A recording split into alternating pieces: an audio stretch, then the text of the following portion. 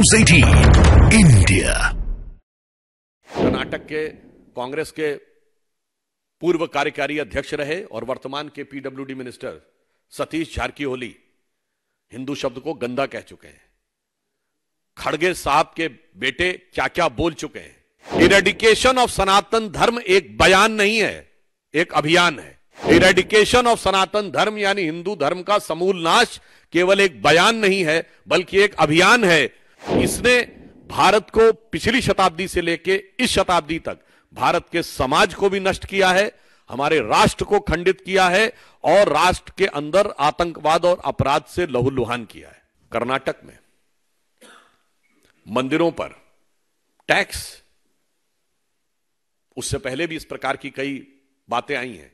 अनाप शनाप उल्टे सीधे बयान।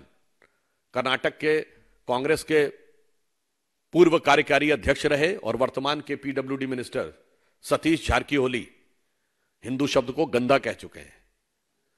खड़गे साहब के बेटे क्या क्या बोल चुके हैं। इवन मैं भी याद दिलाना चाहता हूं, कर्नाटक में भी दलित कांग्रेस के नेता थे, दलित थे, अखंड श्रीनिवास मूर्ति, उनके यहां भी यही तगड़े वाले वोट बैंक ने हमला कर दिया था। अपने नेता के लिए भी पीछे हट गए थे। वो बेचारा अपनी खुद लड़ाई लड़ते रहे, बाद में पार्टी भी छोड़ दी है। मैं कहना चाहता हूं कि जो कर्नाटक में हो रहा है और जो बंगाल में हो रहा है उसे एक लाइन में समझिए। इरेडिकेशन ऑफ सनातन धर्म एक बयान नहीं है, एक अभियान है। इरेडिकेशन ऑफ सनातन धर्म यानी हिंदू धर्म का समूल नाश केवल एक बयान नहीं है बल्कि एक अभियान है, जिसकी झलक आपको तमिलनाडु से लेके, कर्नाटक से लेके बंगाल तक समय समय पर दिखाई पड़ती रहती है।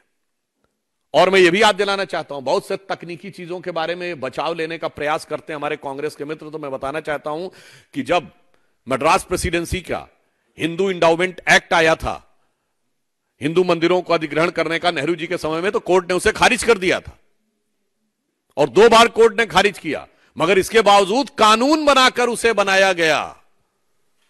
साहब, एक तरफ विचार यह है और दूसरी तरफ है वक्फ बोर्ड का कानून। देखिए साहब, कैसे तराजू पे तौला जाता है। आप यह समझिए, मैं सिर्फ एक बात कहना चाहता हूं कि कर्नाटक की सरकार या कांग्रेस और इंडी गठबंधन की सरकार मंदिरों पे टैक्स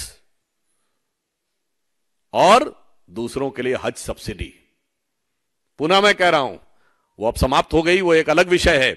इन्होंने अपने दौर में कोर्ट से अगर क्वैश कर दिया जाए तो कानून बनाकर मंदिरों पर टैक्स लगाया, मंदिरों की संपत्ति का अधिग्रहण किया और उधर हज सब्सिडी दी। मुझे लगता है कि इस ढंग का जो दोहरा रवैया है, पुनः मैं कहना चाहता हूं, यह दर्शाता है कि इरेडिकेशन ऑफ सनातन धर्म एक बयान नहीं बल्कि एक अभियान है। इसलिए यह विषय अत्यंत महत्वपूर्ण है और मैं कहना चाहता हूं, राजनीति, दलगत राजनीति और चुनाव, इससे कहीं बड़ा यह विषय है, क्योंकि इसने भारत को पिछली शताब्दी से लेकर इस शताब्दी तक भारत के समाज को भी नष्ट किया है, हमारे राष्ट्र को खंडित किया है और राष्ट्र के अंदर आतंकवाद और अपराध से लहूलुहान किया है। इसलिए मैं पूछना चाहता हूं कि अभी जो दर्शन करने गए थे और तरह तरह के दावे कर रहे थे इंडी गठबंधन के चिर युवा नेता, उनका इस घटना के ऊपर क्या कहना है?